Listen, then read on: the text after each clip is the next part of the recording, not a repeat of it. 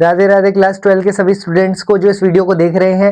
आपका UP board का exam बहुत पास आ रहा है और इंपॉर्टेंट क्वेश्चंस आपके लिए मैं लाया हूं ताकि आप इजीली इनको कवर कर सके।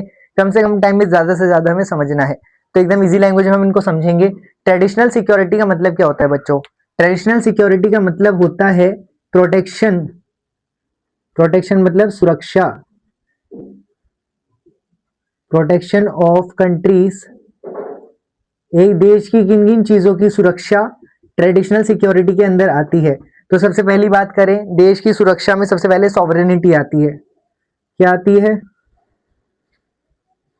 सॉवरेनिटी।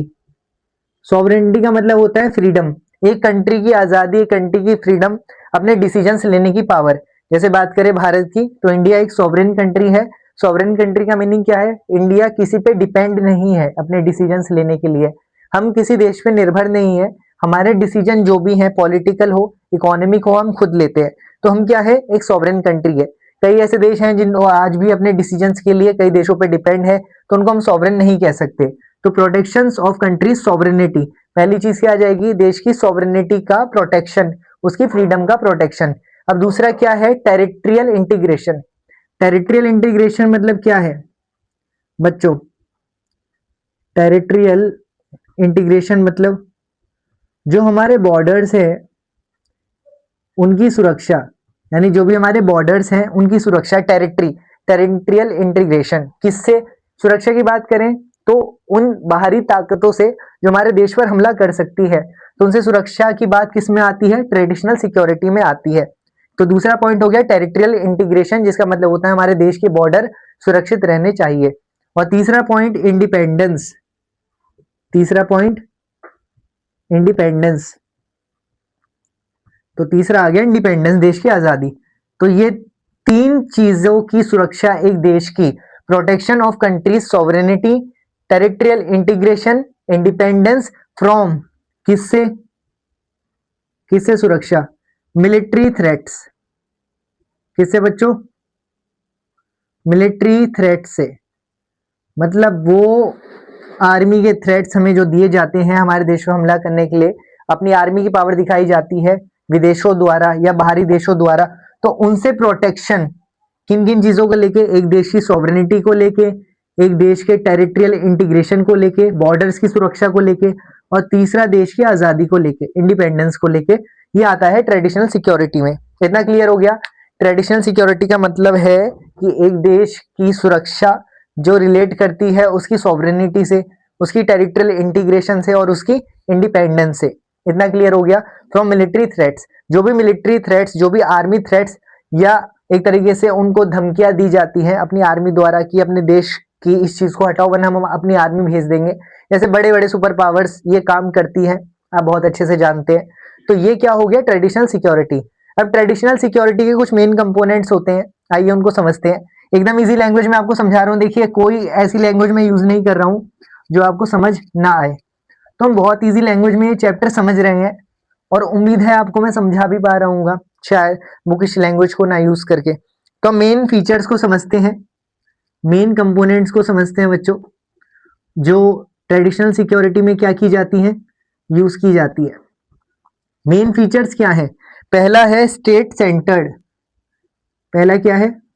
State centred. देखिए मैं बेसिक आपको समझा दूंगा, आप बना के लिख सकते हैं खुद से अगर एक बार बेसिक क्लियर कर दिया। दूसरा मिलिट्री थ्रेट्स। दूसरा क्या हो गया? Military threats. ठीक है। तीसरा फीचर क्या है? Protection of sovereignty. Protection of sovereignty, एक देश की सॉवरेनिटी का प्रोटेक्शन। मतलब वही जो भी समझाया वही घूम फिर के बातें आ रही हैं। दूसरा यूज ऑफ मिलिट्री पावर आ जाएगा, मिलिट्री पावर का यूज। ठीक है, यूज ऑफ मिलिट्री पावर। और पांचवा टेरिटरियल इंटीग्रिटी, जो मैंने समझा ही रखा है।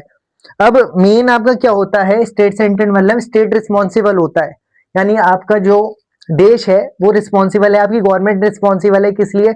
आपको सिक्योरिटी प्रोवाइड करने के। ठीक है। दूसरा मिलिट्री थ्रेट्स, मतलब जो आपकी देश की आर्मी है वो कितनी स्ट्रांग है, मेनली आर्मी पे ध्यान दिया जाता है कि देश की आर्मी कैसी है। दूसरा समझ आ गया। तीसरा प्रोटेक्शन ऑफ सॉवरेनिटी, आपकी फ्रीडम कितनी प्रोटेक्टेड है आपके देश में रहते हुए, आपको कितना अधिकार है अपने डिसीजंस लेने का, ये किस में आता है, प्रोटेक्शन ऑफ सॉवरेनिटी में। Last, use of military power, कि हमारी मिलिट्री पावर जो हम यूज कर रहे हैं किसके लिए, अपने आप को अच्छा करने के लिए, सेल्फ डिफेंस के लिए, वो किस में आता है, मेन फीचर्स में आता है। तो इतना क्लियर हो गया। हमारा पहला क्या था, स्टेट सेंटर, जिसका मतलब है state is responsible for security, आपकी गवर्नमेंट रिस्पॉन्सिबल है, आपका देश रिस्पॉन्सिबल है। दूसरा मिलिट्री थ्रेट्स, जिसमें आता है the main threat come from enemy countries and आर्मीज, क्योंकि विदेशी आर्मीज से, दुश्मनों से हमें क्या मिल सकते हैं, थ्रेट्स मिल सकते हैं, तो मिलिट्री थ्रेट्स आते हैं। तीसरा प्रोटेक्शन ऑफ सॉवरेनिटी, एक कंट्री की इंडिपेंडेंस, फ्रीडम, डिसीजन लेने के लिए। और last, use of military power, हम मिलिट्री पावर को कैसे यूज कर रहे हैं, हमारी नेवी को, हमारे डिफेंस को, एयरफोर्स को, अपने देश की सुरक्षा के लिए। ठीक है, तो ट्रेडिशनल सिक्योरिटी फोकस करता है कंट्री को प्रोटेक्ट करने के मिलिट्री थ्रेट से, जो मिलिट्री थ्रेट्स उनको मिल सकते हैं उससे प्रोटेक्ट करता है। इतना क्लियर हो गया। अब मेन हमें समझना है, ये तो फीचर्स हो गए, कंपोनेंट्स भी होते हैं, तो उन कंपोनेंट्स को हमें समझना है कि ट्रेडिशनल सिक्योरिटी के कंपोनेंट्स क्या होते हैं। ठीक है, तो ट्रेडिशनल सिक्योरिटी के बच्चों कंपोनेंट्स जो क्लियर नहीं हो पाते बच्चों को, रीजन यही होता है कि वर्ड्स अगर आप समझ जाओगे तो सब कर लोगे। ठीक है, मेन वर्ड्स का खेल है सारा पॉलिटिकल साइंस में।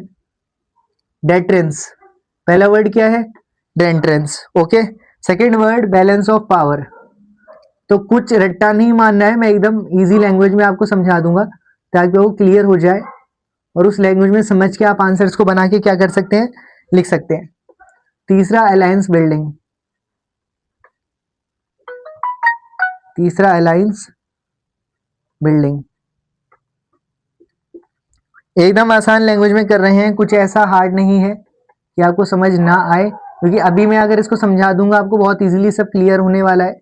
भले अभी देख के लग रहा हो कि हो क्या रहा है, बट एक बार बस मुझे समझाना है, उसके बाद फिर कुछ हार्ड नहीं रह जाएगा, आप सब कर लेंगे। ठीक है,